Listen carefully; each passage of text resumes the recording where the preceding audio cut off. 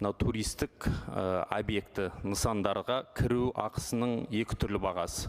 Яғни резидент және де резидент емес. Өзіміздің қазақстандықтарға немесе шетел азаматтарына. Қай ел болмасын, мысалға мына тұрған Өзбекстанның өзі, Түркияда, мен көрген Вьетнамда, мысалға Таиландтың өзінде жай саябаққа кірудің бағасы өз азаматтар үшін теңгеге шаққанда 300-250 теңге болады да, ал өзге елдің туристеріне ол 10 есе, тіпті 15 есе бағада болады. Ал бізде осыны ұсынып едім, жоқ, туристер келмей қояды дегенде бір уәж айтты. Мен оны толық түсіне алмадым, шыны керек. Біз қашанға дейін сырттан келетін қонақтардың ығына қарай жығыла береміз. Мысалға, сол жаңағы орта есеппен Алматының ботаникалық бағы, немесе Қожа Ахмет Яссауи кесенесіне кіру ақысы ол 1000 теңге. Шетелдің туристіне ол бүгінгі доллар 2 доллар.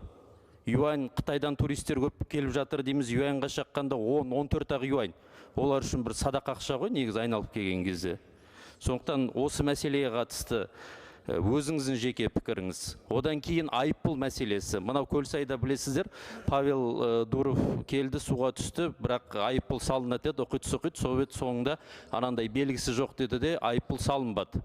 Ал сол Көлсайға суға түскен қаншама қазақстандық азаматтар бар айыппұл арқалаған мысалға. Осыған қатысты пікіріңіз керек. Рахмет. Туризм және спорт министрінің орынбасары. Рахмет сұрағыңызға. Енді менің жеке пікірім сұрап жатсыз, оны айтсақ, қазіргі уақытта біздің ең басты міндет шетелден туристерді көбейту деген мәселе тұр біздің алдымызда. 24 жылдың қорытындысы бойынша елімізге 10,5 миллион шетелдік туристер келген, ол нақты бізде ақпарат сондай. Сондықтан соларға біз басқа бағаны қоятын болсақ, ол кішкене мына енді біздің қазақтың қонақ жайлылығымызға өзінің енді былай несін тигізеді деп айтуға да болады. Бірақ сіздің қойып жатқан сұрағыңызды біз рұқсат болса екінші оқылымға дейін қарастырайық. Ал жаңағы айыппұл бойынша енді ол экология министрінің құзыретіне жатады, бірақ бізді ол мәселені көтерген болатынбыз. Сондай жерлерге туристер жай ғана барып, сол жерде заң бұзушылығына біз міндетті түрде қарсымыз.